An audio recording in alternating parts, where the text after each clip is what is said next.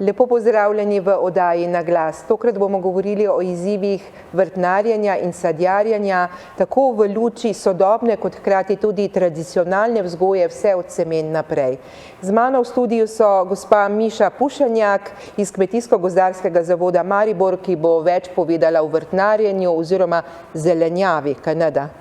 Tako je, zelenjavi. Tako. Andrej Soršak, prav tako iz Kmetijsko-gozdarskega zavoda Maribor, ki pa bo več povedal o vzgoji in negi sadnih dreves. Lepo pozdravljeni. Lepo pozdravljeni. In seveda na prvem stolu pa vendar zadnji omenjen Jernej Mrak iz vrtnarstva Mrak oziroma vrtnarije Mrak, vi boste pa malo več povedali ravno tako o vzgoji in negi rastlin, vse od začetka pa do konca, kaj ne da? Lep pozdrav. Tako. Dragi moji gostje, takole na začetku marca smo, marsikaj se zdaj že dogaja, tako v sadovnjakih, kot tudi na vrtovih, vrtnariji, pa vas vseeno prosim, da najprej predno se lotimo tega, poveste pravzaprav, z katerega področja prihajate, kaj vse pravzaprav počnete, pa boste mogoče vi prvi povedali, gospod Mrak. Ja, jaz prihajam iz vrtnarije, tudi vodim vrtnarijo v Kamnici. Pri nas se ukvarjamo z vzgojo okrasnih rastlin, ogromno sadike zelenjave proizvedemo. Zadnje čase smo se pa tudi začeli ukvarjati z končnimi produkti zelenjave. Zaenkrat imamo salato, pa te bolj drobne stvari, imamo pa v planu, da bomo počasi začeli se bolj intenzivno ukvarjati z zelenjadarstvom. Pa ne nazadnje k vam hodijo tudi skupine, ki se hodijo k vam tudi učiti. Tako. Hodijo ogromno kmetijske šole, z kmetijske šole pridejo razredi, tudi kot mentor nastopam kjero leto, razne društva hodijo se učiti pa si pogledati, kako to izgleda, tako da je kar živahno. Gospa Pušenjak, zelenjadarstvo. Ja, jaz prihajam iz Kmetijskega zavoda Maribor, sem v bistvu kmetijska svetovalka in ja, res celo življenje imam to srečo, da sem se lahko ukvarjala s pridelavo zelenjave, sprva celo z semenom, kar lepih 10 let pa še zraven, no zdaj pa kot svetovalka s pridelavo zelenjave. Tako, in gospod Soršak, sadno drevje, sadovnjaki, to je tisto verjetno, kar je na prvem mestu. No, seveda, tudi jaz prihajam kot kolegica iz Kmetijsko-gozdarskega zavoda v Mariboru. Predvsem se ukvarjamo z sadjarstvom, nekako z našimi tržnimi in tudi drugimi pridelovalci, predvsem pa seveda glavnina, ker je kot glavna sadna vrsta v Sloveniji jablana, tudi največjo pozornost posvečamo jablani, saj v bistvu naš zavod pokriva tako območje zavoda Maribor, Celje kot tudi Ptuj. To je tisto, jablana je pa ne nazadnje naša, ne? Jablana je sigurno tradicionalna sadna vrsta v Sloveniji, kateri smo vedno posvečali veliko pozornosti in tudi v bodoče. Nikakor ne smemo pozabiti na to in se moramo vsak dan več ukvarjati tudi s tem in seveda je tudi, lahko rečemo, zelo zahtevna sadna vrsta. Gospa Pušenjak, takole, če pogledamo, omenila sem prej, torej začetek marca je, ne? Dela na vrtu, marsikje so zdaj tista pripravljalna, nekateri pa so že posejali, marsikaj posadili, mogoče tudi kaj prehitevajo včasih. Jaz upam, da posadili pa posejali na vrtu zunaj na prostem še zelo veliko niso, definitivno pa v rastlinjakih, zdaj je že zelo veliko tudi teh manjših hobi rastlinjakih, pa upam, da so se dela že res lotili. Ja, najbolj, kar jaz vedno ljudem poudarjam, je, da ne hiteti in da je malo več. Pri nas imamo največji problem s tem, da pretiravamo v vsaki stvari in pa predvsem s tem, da bi imel prvi solato pred soseda. In to je tisto najslabše in zaradi tega, ker se je to začelo dogajati zadnjih 10-15 let, imamo pa tudi veliko več, pa vedno več težav tudi na vrtovih, ki na vrtovih v bistvu, če bi delali v redu, praktično težav zelenjavo ne bi smelo biti. Narava mora le nazadnje počivati, kaj ne, da zato je tudi zima. Premrzlo je, ne, mi vedno pozabljamo, dve stvari pozabljamo. Najprej Zdaj, tako, hvala Bogu, jaz sem prav vesela tega čudnega marčevskega oziroma prej že februarskega vremena, da je tako mrzlo, ne, ker zdaj, če bi bilo tisto, kar smo navajeni, bi res že vsi praskali po vrtovi. To je že ena stvar, ker ljudje preprosto ne znajo razmišljati, ampak delajo, jaz rečem, čisto po enem nagonu, hitimo, ne razmišljamo. Druga stvar pa je, ne pozabimo, nikoli ne smemo pozabiti, da mi sadimo in sejemo v zemljo, ne v zrak. Ne, kaj to pomeni? V bistvu zdaj, vse vemo, januar je bil že tako topel, da smo, nekateri so že hodili v kratkih rokavih okrog, ne, pa bi znalo biti še bolj toplo iz prejšnjih let, zemlja se pa ne ogreva tako hitro. In ko mi damo seme, če damo seme v hladno zemljo, potem ne kali. Ravno danes sem poslušala eno dodajo, ko je ena ženska govorila, jaz se opravičujem, ampak vseeno, tudi če je to biodinamika pa luna, ne moreš ti januarja pa februarja peteršilja sejati. Reka, da sta januar pa februar najboljša mesta za setve peteršilja pa korenje, da takrat nastane najlepše koren. Ne. To je ena stvar. Druga stvar pa je tudi korenine, sadiko, ko damo v mrzlo zemljo. Govorim o zunanjem prostoru, ne govorim o rastlinjaku, ker se je zemlja že ogrela, ker sonce je pa veliko. In rastlinjaku se ogreje, tudi ko je sonce, tudi če je zunaj zelo, zelo mrzlo, pa če je sonce sije, je rastlinjak se hitro ogreje. Ne. Ko damo mi korenino v mrzlo zemljo, so v bistvu tisto zunanje območje sadike korenin, tisto, ki bi najprej moglo iti pravzaprav v novo svežo zemljo in čim prej razviti koreninski sistem, ker rastlina, ko začne rasti z zelenimi deli, neha delati korenine. Ona dela korenine samo na začetku. Ne. Tiste dele uničimo. Pravzaprav lahko rečemo, da se celo tiste korenine uničijo in potem mora rastlina narediti nove korenine. To je izguba časa, predvsem pa izguba energije rastline. Ne. To je tisto. Gospod Mrak, pri vas imate veliko rastlinjakov, to je pa tisto, kar vas verjetno tudi zdaj že zaposluje. Ja, mi smo začeli že z intenzivno proizvodnjo nekje v začetku januarja. Prvi teden v januarja smo začeli že prve sadike salate sejati, salato predvsem. Zdaj v tem času se intenzivno tudi sejo kapusnice, peteršilji, vse te stvari, ki potem kasneje tudi pridejo na vrtove. Sadike rož smo že tudi posadili kar precej, nekaj še pride, nekaj koreninimo, tako da dela imamo v izobilju. To je tisto. Gospod Soršak, delo v sadovnjaku, zdaj je treba verjetno paziti tudi na to, glede na to, da sta bila januar in februar taka, kar se tiče vremena, predvsem nestalna meseca, tudi na kakšno zmrzav. No, seveda, sadovnjak oziroma sadno drevje je večletna rastlina, kar pomeni, da ko enkrat posadimo, imamo posajeno 10, 15, 50 ali celo več let. Seveda pa moramo se tudi zavedati, da diferenciacija cvetnih brstov oziroma sprememba oziroma ti cvetni brsti začnejo nastajati v juniju mesecu preteklo leto, kar pomeni, da je sadno drevje zelo odvisno od vremenskih razmer. In sedaj za temi klimatskimi spremembami, ki se nam dogajajo v zadnjem času, vidimo, da nikakor v zadnjih letih nam ni bilo prihranjeno tako pozeba, suša, toča, kot tudi druge neprilike, proti katerim se seveda v tržnih nasadih skušamo boriti z raznimi protitočnimi mrežami, namakalnimi, oroševalnimi sistemi, vendar pa vseeno vemo, da moramo prilagoditi tudi tehnologijo vsem tem neprilikam, ki se bodo ponavljale tudi v bodoče. In seveda zato tudi v naših tehnoloških navodilih in pa v oskrbi sadnega drevja predvidevamo oziroma skušamo prilagajati tehnologijo tem razmeram, ker vemo, da pač sadovnjak in sadno drevje je nekako, lahko rečemo, tovarna pod milim nebom in se moramo pač temu prilagajati. Tako, gospa Pušenjak, takole sem našla nasvete na internetu, na spletu, kjer marsikdaj pogledamo. Nekaj je takšnih, ki so jih nam že babice dale, kakorkoli že, ne, pa piše vzgoja sadik in rastlinjak v začetku meseca tega, ne, se pravi od paprike, čilija, feferonov, tja okoli 15.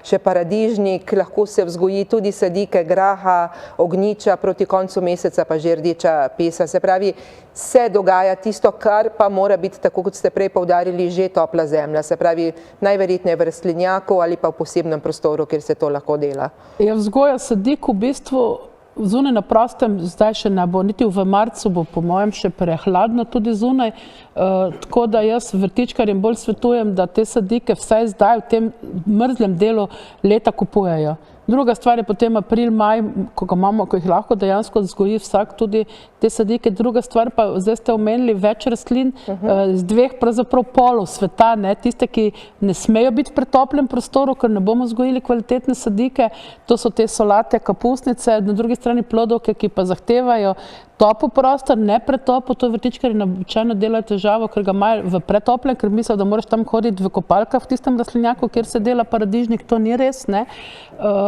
tako da jaz bi vzgojo plodov pravzaprav rajši prepustila vrtnarjem, vzgojo teh solatnic, absolutno vse smo že slišali, da se solate že lahko od januarja naprej sejejo, pa še tukaj je dobro imeti neko ogrevanje.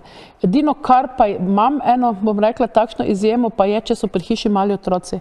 Takrat je pa res dobro, da se ljudje vsaj nekaj sadik sami vzgojijo, ker vidim, da otroke to zelo zanima. Že od semena naprej, ko ga posejajo, ko si eno svojo rastlinco vzgojijo in potem tudi reši to rastlino jejo. Otroci imajo dolgo časa težave z uživanjem zelenjave, nekako jim to ne pade, njihov koncept, če pa si sami vzgojijo, pa potem postanejo res ljubitelji zelenjave. Tako da, ja, sadike delamo, se pravi, z rastlinjako lahko tudi sejemo že direktno, tako smo navajeni peteršilj pa korenček, absolutno brez težav, mesečno redkvico recimo, ki je zelo hitro. Jaz bi šla po sadike solate na vrtnarije, posadila sadiko solate, vmes med sadike, med vrste pa posejala mesečno redkvico pa rukolo, tisti, ki imajo radi. Bob pa grah, ne pozabiti, bob pa grah so tudi rastline, ki če jih posejemo dovolj zgodaj, nam bo dala lep pridelek, to so tudi vrtnine, ki pravzaprav izboljšujejo zemljo. V rastlinjaku sploh imamo težave z ozkimi kolobarji, pa za tiste, ki imajo to res radi, pa da ne bo, ker zdaj ne vemo, kako se nam bo vreme obrnilo, tudi sadike boba pa graha si lahko vzgojimo in potem, ko bo primerno vreme, posadimo na prosto, ne ena, ne druga vrtnina ne zmrzneta, tudi pri -5 ne, če sta zunaj. Težko bo ta pa kalila, recimo, če se potem temperature spustijo v minuse, tako da mogoče res za to prvo stvar, pa za največjo željo tudi sadike, pa seveda česen pa čebulo. To je pa stvar, ki morate pa definitivno vse do srede marca oziroma vse do konca marca biti pa v zemlji. To je tisto, gospod Zmerjak, kar sva se midva pogovarjala pred oddajo, ravno o česnu. Nekateri zdaj razmišljajo o njemu, nekateri že novembra, decembra. Tako je. Česen se sadi, seveda, ko se ohladijo temperature toliko, da lepo počiva v zemlji. Tudi zimski česen je precej bolj kvaliteten pa debel kot spomladanski. Čebula,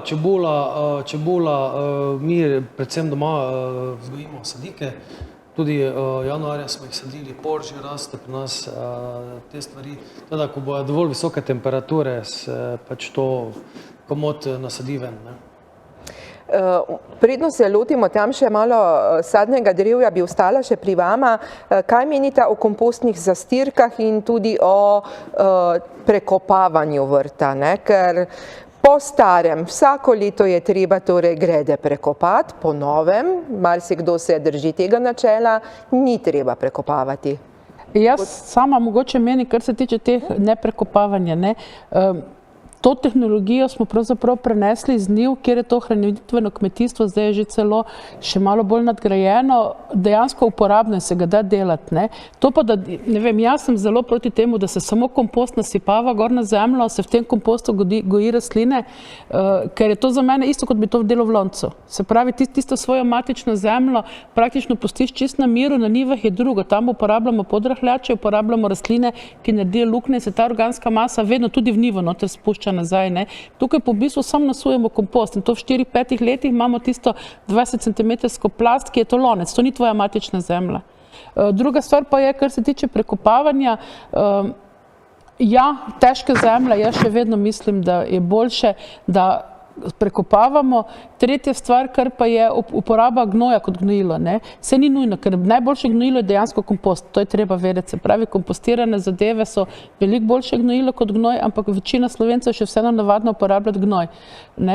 Gnoja ne moreš v zemljo, ker ga moraš dati v zemljo, pa pomešati za zemljo, na tak način spraviti. Lahko pa si kompostiraš gnoj, to pa ljudje pozabljajo, ampak najboljše gnojilo je dejansko kompost mešan, rastlinski ostanki pa gnoj.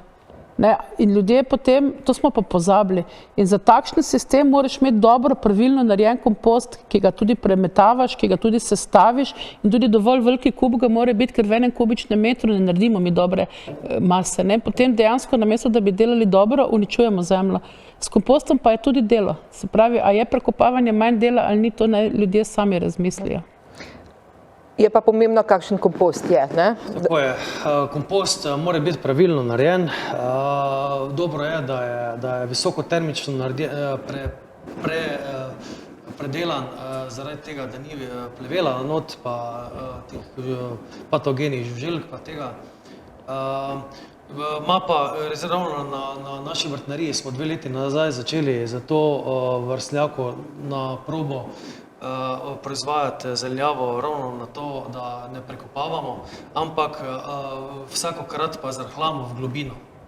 Zrhlamo, komposta se minimalno vozi, prva runda je precej velika in ne moremo pa reči, da v 2 letih se zemlja tako zrhlala v globino, da mikroorganizmi pa tuji organska snov počasi prehaja tudi v globino. Je pa res, da ta kompost, če ga bi recimo na njive sipal, tako gospa Miša reče, je finančno zelo nevzdržen, glede na cene produktov, ki jih potem dobiš, ali pa cene komposta. Je pa zelo pozitiven za zemljo. Poglejva še recimo pri tistih manjših vrtičkarjih ali takih, ki gojijo rastline mogoče na terasah, na bloku, na balkonih kupujajo mešanico, različno mešanico zemelj. Na kaj naj bojo pri tem pozorni? Pozorni naj bojo na slike, ki so na zemljah, ponavadi te razne akcijske cene v teh centrih, teh zemelj so grozne, mislim, na videz zgleda lepa, vsebina je pa katastrofalna. Ogromno firm je, ki se ukvarja, da kupijo pač te surovine in jih pol sami mešajo. To je pač treba, vsaka zemlja ima svojo ceno. In večina šotnih substratov, ki jih mi recimo na vrtnariji uporabljamo, so fino omleti, beli šotni substrati so predvsem v redu za sejanje, ker so rahli, se ne zbijajo. Za ostalo presajanje pa obvezno mora biti kakšen črni kompostiran šotni substrat, mešanico z belim. Če še jaz lahko zraven dam, ker točno tako, kot je prej rekel, zemlje, ki se ne razprodajajo, oziroma substrati, kot jim pravilno rečemo, so običajno stari od lanskega leta. In ljudje pozabljajo, da se hranila v substratih tudi izhlapevajo. Se v bistvu več čas mineralizirajo, posebej, ko je noter vreči, ko je vlažna, pa potem v trgovinah, ko je to na toplem. In praktično taka zemlja, jaz imam neskončno veliko izkušnje ravno s takšnimi substrati, ko so pol vedno težave s sadikami. Čeprav so recimo zapakirane, niso zapakirane, če ste opazili, so vedno luknje, nekaj to mora dihati, ko drugače pa začne gniti. Tako da moj nasvet je bil vedno in vedno bo, pa ne zato, ker imamo zdaj tu zraven eno vrtnarijo, ki se tudi s tem ukvarja, ampak je vedno, da pojdite po substrate na vrtnarije, ker vrtnari nimajo slabih substratov. Ne kupovati zemlje, posebej ne za sadike, tudi ne za balkonske rastline, ki bodo pravzaprav celo poletje v tem, ne kupovati substratov na razprodajah, mogoče za tisto mikrozelenjavo, pa zato, ko v bistvu rabimo samo, jaz rečem, samo en medij, v katerem bodo korenine se razvile, ne pa hranila iz tistega medija. Ja, v trgovina pa tako, kot je rekel, dober substrat ima ceno. Se pravi, poceni substrati je velika anska verjetnost, da to ne bo v redu. Ne za sadiko, ne bomo vzgojili kvalitetne sadike, kaj šele za balkonske rastline pol kasneje. Tako. Gospod Soršak, kaj je treba na spomlad tudi kaj pogledati zemljo pri sadnih drevesih? No, absolutno veljajo zelo podobni ali enaki pogoji kot pri zelenjavi. To se pravi, predvsem pri rastline, ki jih sadno drevje posadimo za več let, moramo biti še toliko bolj pozorni, v kakšen substrat posadimo in kako pripravimo zemljišče za te rastline, ker vemo, da mi takrat v prvem letu lahko nekako bolj na zalogo tudi pripravimo tla, medtem ko v vseh teh letih potem seveda moramo rastline tudi redno oskrbovati in pravilno dodajati vse te hranila, ki jih seveda sadno drevje potrebuje. Veliko pozornost sigurno pa moramo tudi dati kakovosti sadilnega materiala, ki ga potem posadimo. seveda tako pri večletnih rastlinah, to se pravi pri sadnem drevju, kakšne sadike sadimo, to se pravi, kakšne so podlage in pa potem kakšne sorte sadimo. Midva sva prej malo omenili, oziroma vi ste malo omenili zaščito pred spomladansko zmrzaljo, ne? Recimo, omenili ste eno zadevo, vidim tu, da jih je kar še precej drugih. Koliko je kaj v Sloveniji, pa mogoče tukaj na Štajerskem, popularno ali pa učinkovito od mulčanja, namakanja tal, omenili ste torej mreže proti toči, do sušenja lahko tudi prihaja, oziroma odpihovanja rose z dreves, kurjenje, zamagljevanje, v kakšnem filmu smo mi to videli, nekateri mestni, ne, vse to potem v sadovnjakih tudi dogaja. No, seveda vemo, da smo imeli pozebna leta, kjer so sadjarji pa tudi drugi pridelovalci seveda drugih rastlin skušali na vse načine zaščititi svoj pridelek. Nekako v grobem ločimo dva sistema zaščite, to se pravi aktivni in pasivni sistem. Pasivni sistem zaščite je ravno to, kar ste naštevali, to se pravi, da že preventivno rastline pripravimo na to, tako z dobro prehranjenostjo, z dobro namočenostjo tal, z mulčenjem, z rezjo, z vzgojnimi oblikami, to se pravi to, kar lahko prej pripravimo za samo rastline, medtem ko pa aktivna zaščita je pa tista, kateri se posvetimo v tistem določenem trenutku, kjer so pa seveda tudi različne metode. Ena izmed teh metod in zanesljivejših metod je sigurno oroševanje, ki ga poznamo, ki je tudi v Evropi pa v svetu nekako tista metoda, ki prenese najbolj nizke temperature v določenih fenoloških fazah sadnega drevja. Seveda so tu tudi določeni problemi, ker moramo imeti zagotovljene določene količine oziroma večje količine vode, medtem ko pa tudi pri drugih sadnih vrstah, recimo pri kakšnem jagodičastem sadju, so zelo uspešne tudi metode raznega kurjenja, potem uporabljajo se tudi lahko kakšne vetrnice in podobne metode, vendar pa moramo opozoriti pri kurjenju, da obstajajo predpisane sveče, ki se uporabljajo za to. Ne, zdaj se tudi je poskušalo z raznimi slamami, vendar pa lahko tu pride tudi do težav, predvsem, če je kakšen veter ali kaj, se je tudi že dogajalo, da so morali posredovati gasilci ali kaj podobnega. To se pravi, tudi v teh metodah je potrebno biti previden. Govoriva o parafinskih svečah. O parafinskih tako, svečah, ja. Kurjenje pa itak, ne takrat, kadar gasilci rečejo, da ni primeren čas, ne? No, absolutno mi ne podpiramo tega kurjenja, predvsem, če se kuri z svečami, z parafinskimi svečami, ki so za to predpisane, in pa seveda tudi, če govorimo recimo o jagodah, jagodičevju, tudi z raznimi pokrovkami, kjer pokrivamo rastline v kombinaciji, lahko tudi z parafinskimi svečami se je zelo dobro izkazalo v teh pozebnih letih. Kako pa je z algami? To dejansko lahko pred pozebo in po pozebi?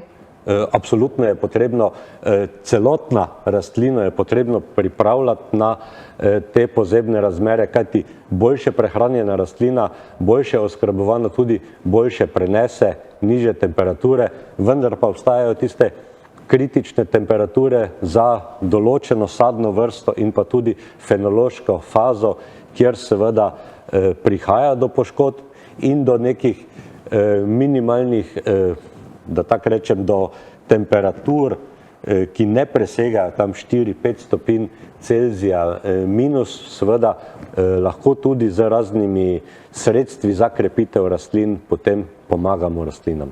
Tako. Mogoče bi, gospa Pušenjak, vi samo še dodali tu zraven, na vrtovih je tudi treba paziti na pozebo, na zmrzal? Ja, paziti treba, da ne sadimo paradižnika pa paprike že v začetku aprila. No, malo smešno, no, nisem tako mislila, ampak dejstvo je, da v vseh teh pozebah, ko so jih sadjarji res imeli velike težave, če nisi imel posajenih tistih rastlin, ki v tistem času nima kaj iskati, težav ni bilo. Mogoče bi najbolj opozorila na krompir, ker sem že dobila nekje, so mi že kmetje rekli, da že baje po Ptujskem polju celo krompir sadijo že zdaj, ne v tem času, v to mrzlo zemljo. Pri vrtičkarji ni čisto nobenega razloga, da bi hitel za sajenje krompirja. Vedno treba vedeti, da profesionalni, tisti, ki živijo od pridelave zelenjave, grejo z določenim tveganjem, zavedajo se, kaj počnejo prej in seveda pokrivajo. Ampak tisto pokrivanje z agrokopreno, pokrivanje mrzle zemlje, to mora vsak vedeti. Pokrivanje mrzle zemlje z agrokopreno pomaga 1 ali pa maksimalno 2 stopinji. Zemlja ni izolator, agrokoprena ni izolator, izolator je zrak. Zdaj, če pokrijemo plitvo, prekrijemo, tako bom rekla, plosko po zemlji, je v bistvu izredno malo zraka, odvisno, kako smo si zemljo pripravili, pa tudi kakšno imamo. Druga stvar je v jeseni, ko so in že rastline večje, se pravi, je med rastlino, med zemljo, pa med pokrivko je zrak, ki se je segrel, pa še zemlja je segreta, cela zemlja kompletno je segreta in potem to toploto dodaja agrokoprena, pa prepreči, da bi šla v zrak. Tako da moj nasvet je, kadar je res nujno kaj pokriti, da lahko moramo pokrivati tudi v rastlinjakih, če napovejo -5, majhni rastlinjaki zelo hitro pride minus tudi not. To je prva stvar, ljudje mislijo, če imam rastlinjak, ne bo nič narobe. Ni res, če pride do -5, to, kar je bilo v teh hudih pozebah, je šlo tudi v rastlinjak. Mi spoznam marsikoga, ki mu je krompir tudi v rastlinjaku zmrzno. To je ena stvar, prej pokrivamo tudi v rastlinjaki, če se da, pokrijemo v plasteh, da ne gremo, zdaj najmanj kar je, da damo 2 tanki agrokoprene, rajše kot eno debelo, veste, da imamo zimske pa spomladanske oziroma poletne koprene, da vmes zrak, še boljše so pa loki. Če se le da, prekrivamo z loki, spravi, da dvignemo kopreno od tal, ker je pol vmes zrak. Ampak to seveda moramo tudi ravno tako narediti dan ali pa 2 prej, preden pride mraz, zato da se bo ta zrak noter kolikor toliko segrel. Ena varianta v rastlinjakih je še, ki je Štajerci oziroma naš severovzhodni del Slovenije veliko premalo uporablja, na Dolenjskem pa že veliko, da se dajo prozorne cevi oziroma cevi iz prozorne folije. Skratka, naredi se cev, prozorna folija, v to folijo se noter da voda, to spet moramo narediti nekaj dni prej, pa upati na sonce in pol sonce to vodo v tej cevi segreje in če imamo tako cev poleg teh sadikic, ki so posajene, ki so še majhne, se po noči ta toplota sadikicam oddaja. To drži, recimo to zelo dobro, tako Gorenci papriko že v začetku aprila sadijo v rastlinjake, recimo pa gre to skozi, če imamo sonce. Če pa bo prišlo spet, ker vsi vemo, da se zgodi kakšno leto, ko praktično, ne vem, mislim, da je bilo letos v decembru, če se ne motim, samo en sončen dan, če se prav spomnim, potem nič ne pomaga, ker to samo sonce reši zadevo. Če ni problem, rastlinjak se ogreva tudi na več kot 25 stopinj, ko sem danes slišala po radiju, da je nekdo rekel, v rastlinjakih je že zdaj tudi 35, verjetno mi bo tudi on potrdil in več, tako da to sonce zelo dobro ogreje te cevi in to se mi zdi škoda, da ti predvsem mogoče bom rekla, da pridelovalci, ki živijo od pridelave zelenjave, tega bolj ne izkoriščajo teh. Ampak še enkrat opozarjam, gre za prozorno cev, ne za črno. Ker meni so par let nazaj tu hodil nekdo okoli po terenu s kombijem, pa kmetom prodajo črne cevi. In seveda črne cevi niso delovale in potem so bili razočarani in tega zdaj spet ne uporabljajo. Tako da to se gre, ampak jaz bi predvsem rekla, ne pretiravati, ne biti prezgoden, pa še mogoče nekaj, sadika, ki je bila dobro vzgojena, prenese več mraza kot iz sejančka. Kakršnekoli stvar, še to mogoče. Tako, bomo nadaljevali potem po kratkih oglasih, se vrnemo še mogoče tukaj na rastlinjake in nadaljujemo še z drugimi temami. Dragi gledalci, torej kratek predah in se vrnemo v studio.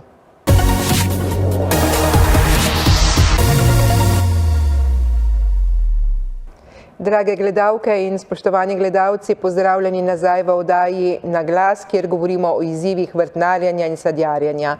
Malo se bomo še ustavili, gospod Mrak, pri rastlinjakih. Namreč govorili smo pred predahom o ogrevanju oziroma o tem, da lahko pride tudi v rastlinjak mrzel zrak in povzroči škodo.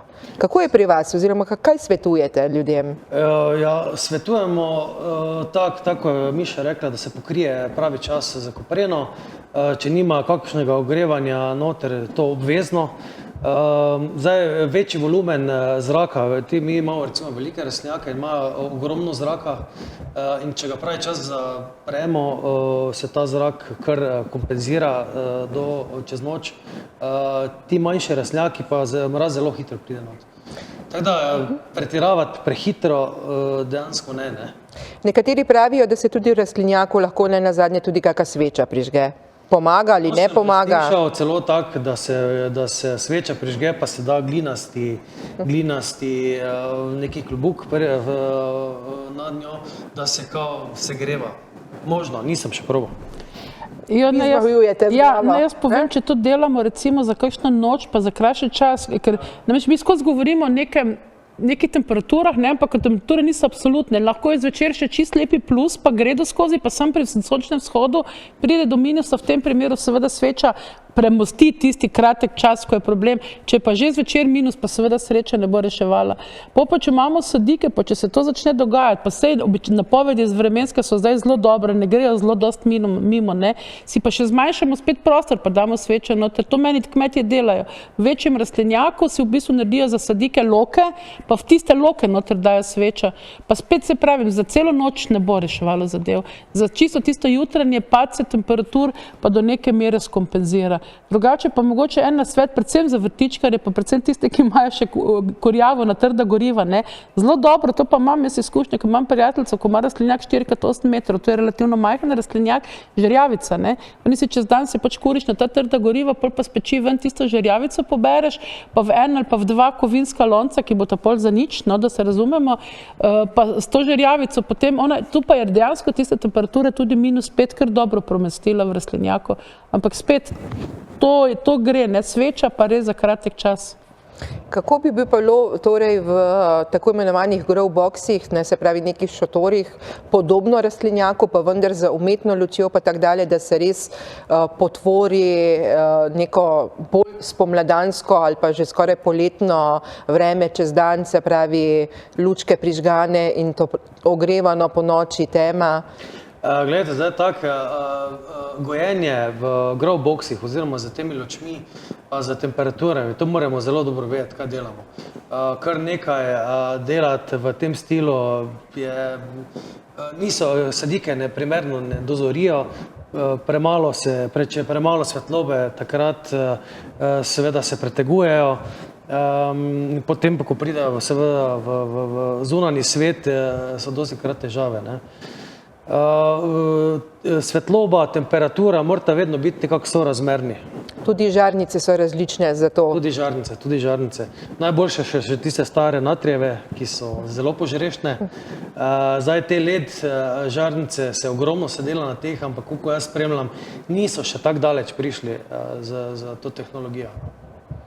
To je samo za premestitev, to ni za vzgojo, ampak to je za premestitev, paradižnike osvetljujejo, da nastavljajo cvete, zoret ga ne morajo za to svetlovo. Zato pa potem nimajo ti paradižniki, ki po zimi kupujemo, nobenega okusa. Ti v bistvu rdečo barvo da žarnica, lahko če najdeš seveda pravo valovno dolžino, to govorimo za odrasle rastline, ne za sadike, sladkorjev pa ne naredi. In če ni sladkorjev, potem ni okusa. Zato se pol ljudje, če pa seveda še ni žarnic, pol pa imamo roza paradižnik, to so pa verjetno, se spomnite še, kar nekaj let nazaj smo po zimi imeli samo rozastega, ker pač rdeče barve ni. Kar se pa tiče sadik, se pa jaz absolutno tudi z njim strinjam, samo dobra, čvrsta sadika, ne velika sadika, ljudje zamenjujejo veliko sadiko z dobro sadiko, ampak čvrsta, konkretna, kompaktna sadika je takšna, ki ko bo prišla ven, bo rasla naprej in ne bo težav. To, kar pa delamo z žarnicami, če res dobro ne poznamo recepta, valovni dolžin in temperatur, vzgojimo slabšo sadiko, kot bi bila, če bi bila recimo vzgojena v klasičnem rastlinjaku. Tudi če je v temi vzgojena, edino kar je, kadar pač imamo daljše obdobje mrzlega, predvsem oblačnega vremena, takrat nekoliko še znižamo temperaturo, pa tudi zmanjšamo namakanje. V bistvu raje vstavimo rast, kot pa da pospešujemo rast. Ljudje pa zelo so srečni, če imajo zelo hitro sadike. To je največja napaka. Tako. Pojdimo še malo v sadovnjak. Čas bo tudi za rez. Nenazadnje pa poznamo več vrst rezi, pa bi vi mogoče povedali od tiste zimske do te spomladanske in naprej vse do junijske in poletne. No seveda, zimski čas je čas tako imenovane zimske rezi, ki je tudi glavna res pri sadnem drevju in takrat tudi opravimo glavnino tistega, kar je potem potrebno za nadaljni razvoj. To se pravi, pri sadnem drevju v mladosti sigurno poznamo najprej vzgojno rez, kjer vzgajamo sadike oziroma pravilne vzgojne oblike, ki je pač za določeno sadno vrsto predpisana oziroma ki si jo nekako predpostavimo oziroma jo bomo imeli ali v našem vrtu ali v našem nasadu in potem do tiste rodnosti oziroma do kasnejše faze vršimo to vzgojno rez, kjer vzgojimo krošnjo, volumen in seveda potem primeren habitus za sam rod. Seveda je potem v dobi rodnosti vzgojna rez, zimska rez je rez, ki vedno spodbuja rast. To se pravi, bolj kot bomo rezali drevesa, bolj bodo drevesa rasla, kar je nekako zgrešeno, predvsem pri vrtičkarju, ki razmišljajo, bolj ko bomo drevo porezali, manjše bo, ne bomo ga rabili več naslednje leto rezati. Vedno je tako, če je sadno drevo v določenem letu močno rodilo, da ga nismo rečili, potem v naslednjem letu sigurno bo prišlo do tako imenovane izmenične rodnosti in bo slabše rodilo. To se pravi, vedno moramo v letu, ki je bo bolj rodno, lahko malo več porežemo kot v letu, ki ne bo rodilo. To je nekako prvo, kar moramo paziti pri sadnih drevesih. Pomembno pa je tudi predvsem pri jablani, da vemo, vsaka sadno drevo oziroma jablana je cepljena na podlago. Podlaga je tisti del drevesa, ki nam določa velikost in rodnost rastline. To se pravi, na enega, bom rekel, sejanca ne moramo mi vzgajati na 1,5 metra višine. Je to nemogoče. To se pravi, moramo imeti drevo cepljeno na bolj šibko podlago. Seveda, za vsako sadno vrsto imamo šibkejše, šibke in pa bolj bujne podlage. Zdaj recimo, če ostanemo pri jablani, v teh tako v travniških sadovnjakih so predvsem cepljena drevesa ali so na sejancih ali pa na kaki bujnejši podlagi, medtem ko v teh tržnih proizvodnih nasadih pa so jablane cepljene na podlago M9. Imamo pa seveda potem še različne podlage med temi podlagami, to se pravi tudi za ohišnice so primerne, recimo, če imamo malo prostora, predvsem na podlagi M9, moramo pa poudariti, da ta podlaga celo življenjsko dobo rabi tudi oporo, da samo drevo ne držijo korenine oziroma moramo imeti za taka drevesa tudi oporo. Medtem ko pri sejancu vemo, potrebujemo večji življenjski prostor in seveda potem tudi samostojna drevesa. No pa da se vrnemo še na vprašanje. Zimska rez seveda je tista osnovna rez, ki jo je potrebno opraviti tako za vzgojo drevesa, kot tudi za pridelek, ker to je tudi neke vrste redčenje samih plodov, medtem ko pa potem včasih, se spomnim, ko smo začeli, smo govorili celo o nekih, je prišlo iz Nizozemske o 14 različnih rezeh, vendar pa predvsem se glavnina sadjarjev opravi zimsko rez in pa potem tako imenovano korekcijsko rez, to se pravi poletno rez, ki jo pa potem opravimo tam v recimo od 15. junija, kjer pa potem samo manjšo rez opravimo v tistem času. Medtem ko pa je recimo za koščičasto sadje, je pa tudi zelo primerna rez po samem obiranju. Ravno to je tisto, ne? Je treba videti, katero sadje imate in kako se reže, ne? No seveda, Ja.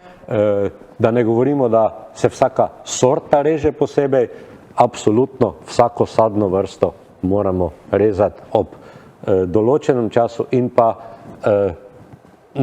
vsaka sadna vrsta ima tudi poseben določen oziroma rodni les, kjer moramo seveda poznati rodni les, da potem tudi pravilno porežemo ta drevesa. Moramo pa seveda paziti, da ne naredimo premočne rezi, kaj ne da, ne? Ker ne nazadnje pospešimo rast mladik, tako kot ste prej omenili, ne? Pa če se ne motim, se tudi zmanjša rodnost drevesa s tem.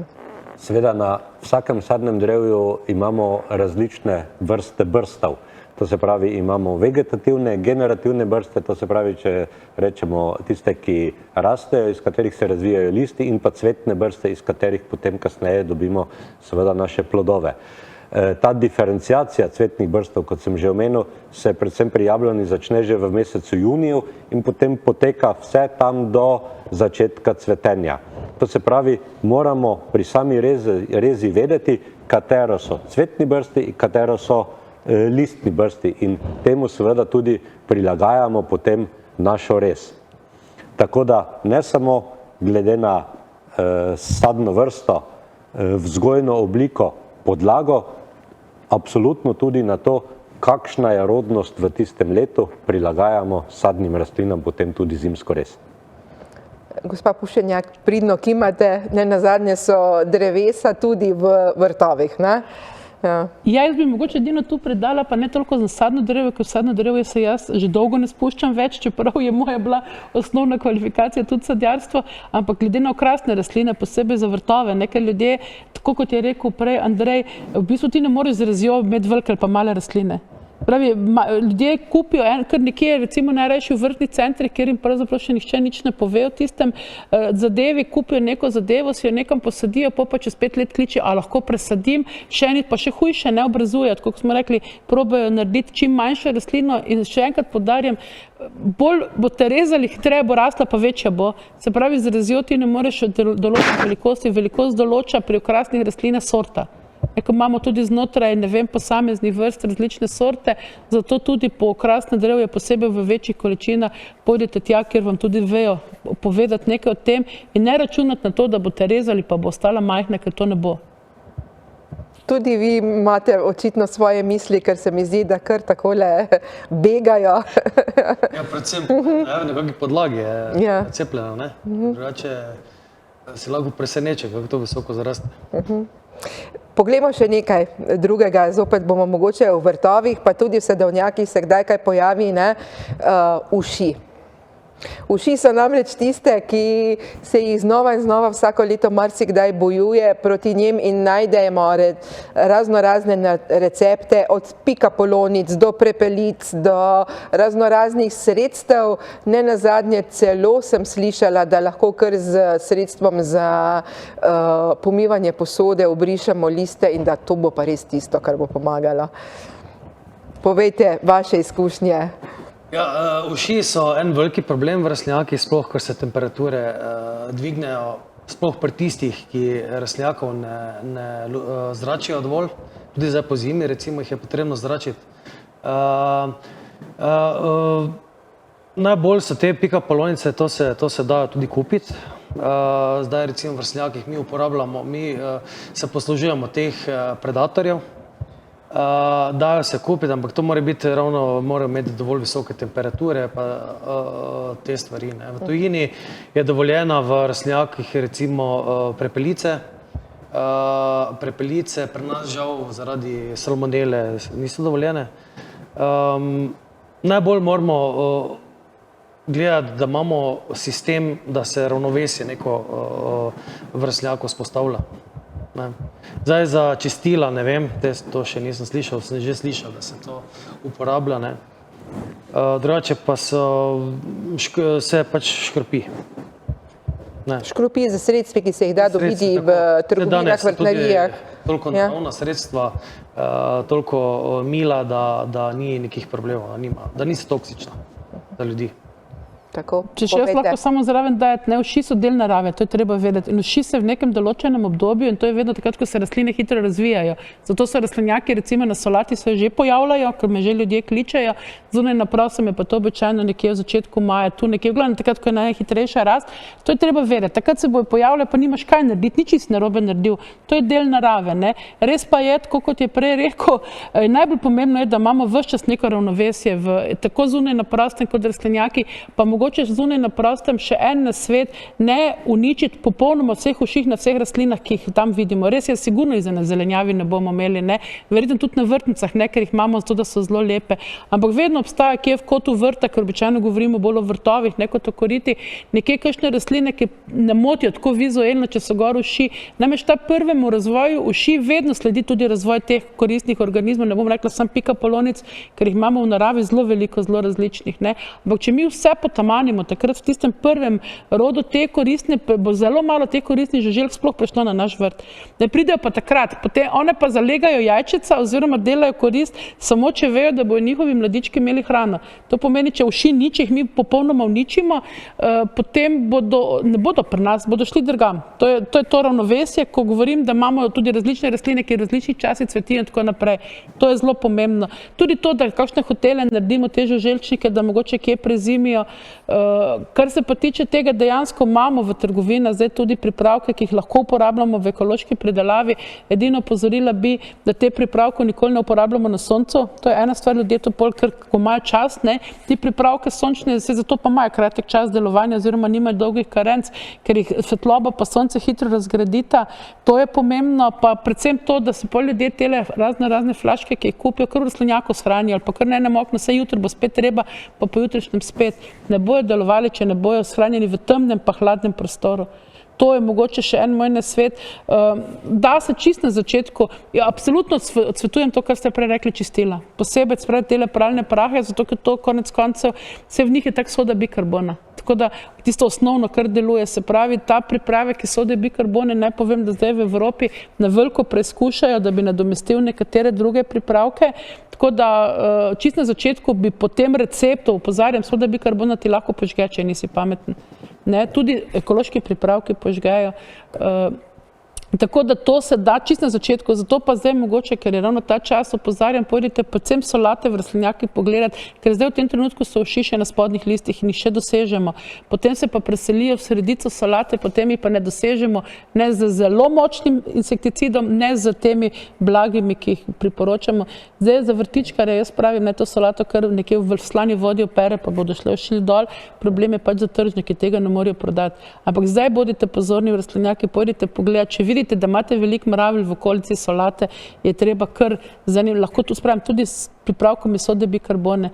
Pa ti pripravki vsi delujejo kontaktno, to pomeni, da uši morajo priti, ne. To niso pripravki, ko bi zdaj malo gori, samo pa ne bo šlo naprej. Tako da jaz vsak čas pogosto rečem, da je boljše, da pač imamo malo bolj ušivo solato, jo potem za sebe operemo pravilno, pa bo ravno tako v redu, kot pa da se ukvarjamo potem s temi pripravki, ki jih je na 5 solatah zelo, zelo težko pravilno zdozirati, ne. To je težko.